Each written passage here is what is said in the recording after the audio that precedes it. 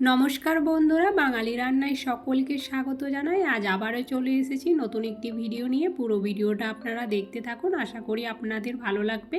আজ বানাচ্ছি ঝাল সুজি। তো ঝাল সুজি বানানোর জন্য প্রথমে এখানে আমি একটা বাটিতে নিয়ে নিয়েছি সুজি। এক বাটি ভর্তি করে নেই, একটু কমই আছে এক বাটির থেকে। আর নিয়েছি কিছুটা পরিমাণ ছোলার ডাল, কিছুটা পরিমাণ সরিষে, আর কয়েকটা কারি পাতা, কোচানো কাঁচা লঙ্কা কয়েকটা, আর একটা পেঁয়াজ কুচি। তো আমার ঝাল সুজি বানানোর জন্য যা যা লাগবে এখানে সব রেডি করে নিয়েছি। তো চলুন শুরু করি।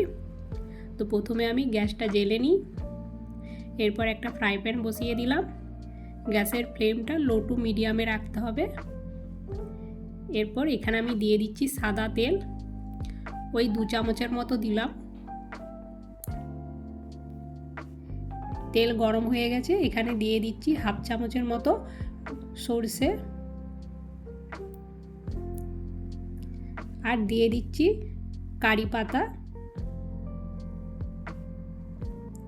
আর দিয়ে দেব 2 চামচের মতো ছোলার ডাল। এরপর এটা একটু নাড়তে থাকবো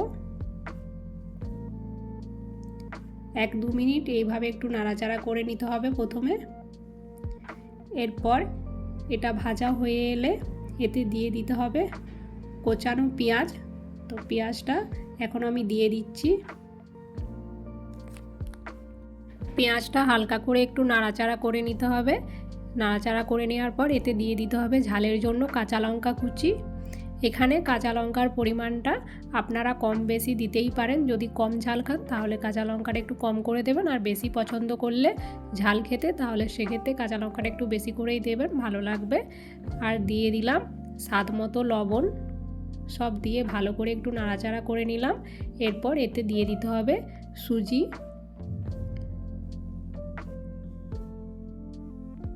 2 থেকে 3 মিনিটের মতো সুজি দিয়ে এইভাবে নাড়াচাড়া করে সুজিটা হালকা করে একটু ভেজে নিতে হবে।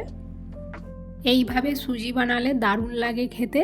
আর মিষ্টি সুজি যদি খেতে ভালো না লাগে তাহলে একবার এইভাবে ঝাল সুজি বানিয়ে দেখতে পারেন, দেখবেন খেতে কিন্তু খুবই ভালো লাগবে আর খুবই টেস্টি হয় এই রকম সুজি।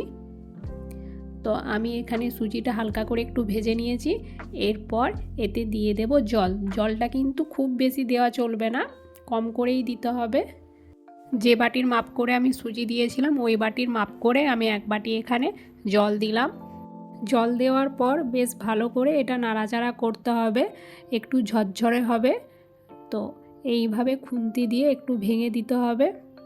দেখতে পাচ্ছেন আমি কিভাবে করছি।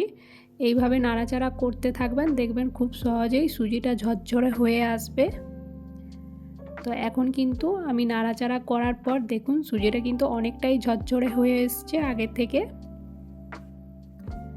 তো আমি বেশ কিছুক্ষণ খুব ভালোভাবে এটা নাড়াচাড়া করে নিয়েছি। তো এবার গ্যাস অফ করে নামিয়ে দেখাই আজকের এই ঝাল সুজি কেমন হয়েছে। আর খাবার সময় এই ভাজা ছোলার ডালগুলো যখন মুখের মধ্যে পড়বে খেতে কিন্তু খুবই ভালো লাগে, একটা অন্যরকম টেস্ট হবে।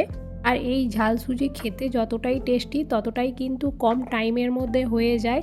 বন্ধুরা, চ্যানেলটিকে একবার সাবস্ক্রাইব করে দেবেন প্লিজ। আবারও ফিরে আসবো পরবর্তী ভিডিওতে কোনো এক নতুন রেসিপি নিয়ে। ভালো থাকবেন।